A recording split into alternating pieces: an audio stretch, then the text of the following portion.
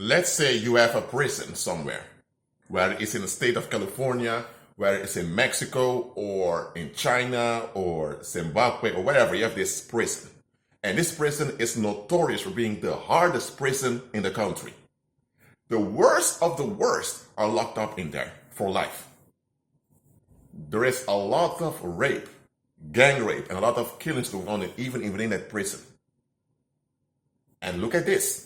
There is no way to escape from that prison because you have two layers of walls. So you have two walls consisting of two layers. You also have a trench, and you have two fences, two high fences with electric wires on them.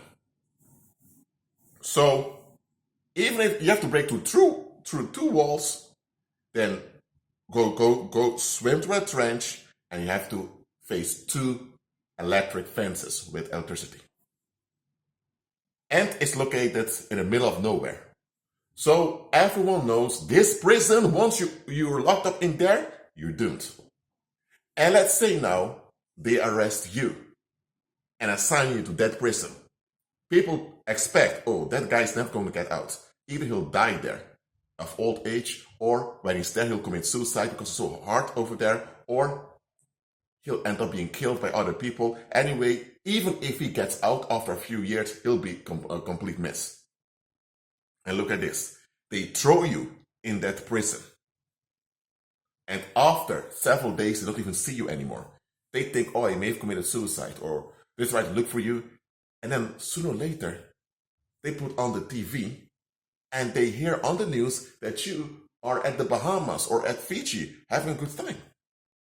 You escaped the most dangerous prison of the country unharmed and without any stress and without any damage that afflicts you.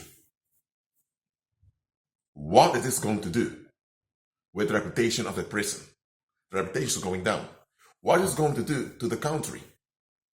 The public is going to be embarrassed because you have the hardest prison of all, and someone managed to get out without a scratch. Now that guy who got out without a scratch, he outsmarted the prison guards, he outsmarted the IT system, he outsmarted the physical structures, he outsmarted the toxic gang culture in the prison, he outsmarted all of them, and he's out. Now, if the police sees you on the street, knowing you outsmarted the worst prison in the country, one of the worst prisons in the world, do you seriously think they're interested in arresting you? Even if they want to arrest you, the superior tell them, no, don't do it. If that guy managed to get out of there alive without a scratch, he has some power with him. He must have some power with him, or else he wouldn't be able to get out of that prison alive without a scratch. So people now are going to avoid this guy. They're just not going to fight him. They're not even going to talk about him. They're not even going to murmur and complain about him. They're even going to be very careful how they feel and think about the guy, because they're so terrified because this guy outsmarted the worst prison that's around. No, or let me say better.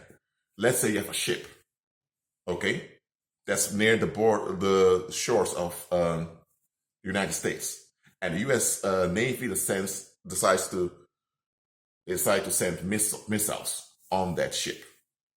They send 20 missiles. Just to be sure the ship is completely gone. 2 missiles would have been enough, but they sent 20. And later, on the news, we hear that that same ship they sent 20 missiles to is at the Bahamas. And they think, whoa, hold on. How is this possible? So this captain of this ship outsmarted the best military equipment that exists. 20 missiles. The US military will do its best to cover this up, because when this comes out, everyone's going to think, what does this one captain has that he could outsmart the best military equipment of the world? I'm telling you, when you outsmart the violence of the world, at the expense of the world and you're completely fine, it terrifies them. And eventually, people will be so exhausted trying to figure out how it could have happened.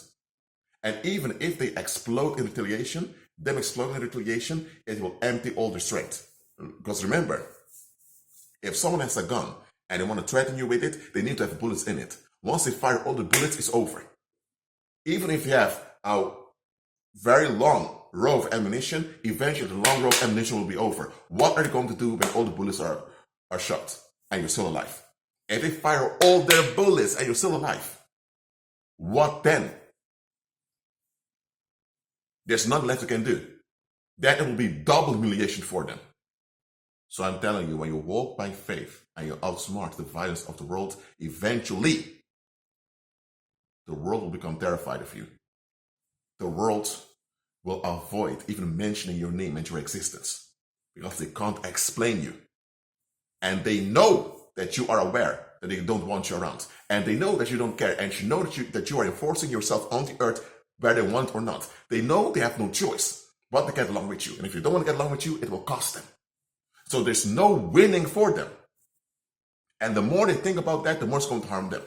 So the only thing they can do is to flee, to be terrified and flee from you. That's why listen to me, saints.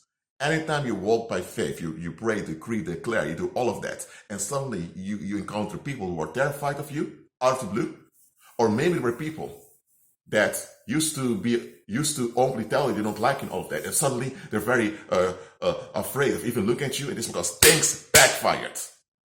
Their escalation backfired. Consequences are haunting them now. And everyone around them can see it.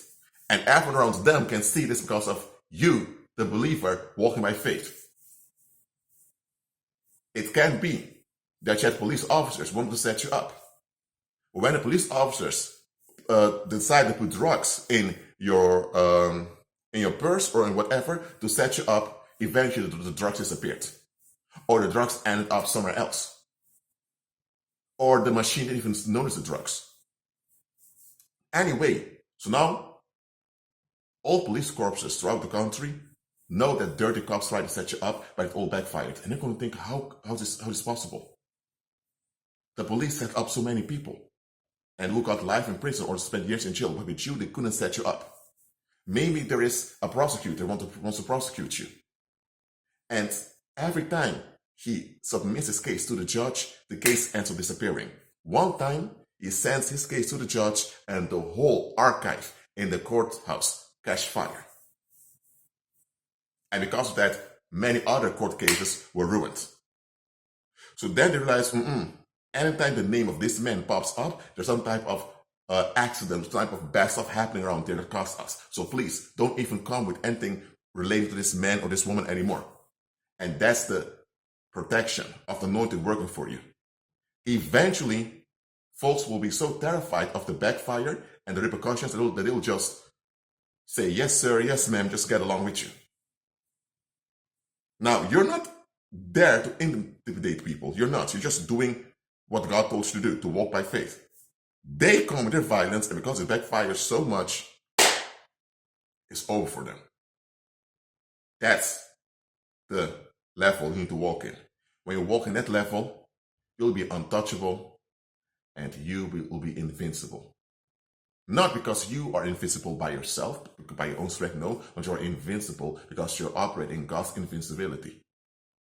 God's immortality is shutting down all the threats against your life. Now, your body is mortal, and your body will pass away one day. But while your body is still alive, the immortality of God is protecting you against harm against your life. You're not even aware of it. So, keep on walking by faith and be at peace.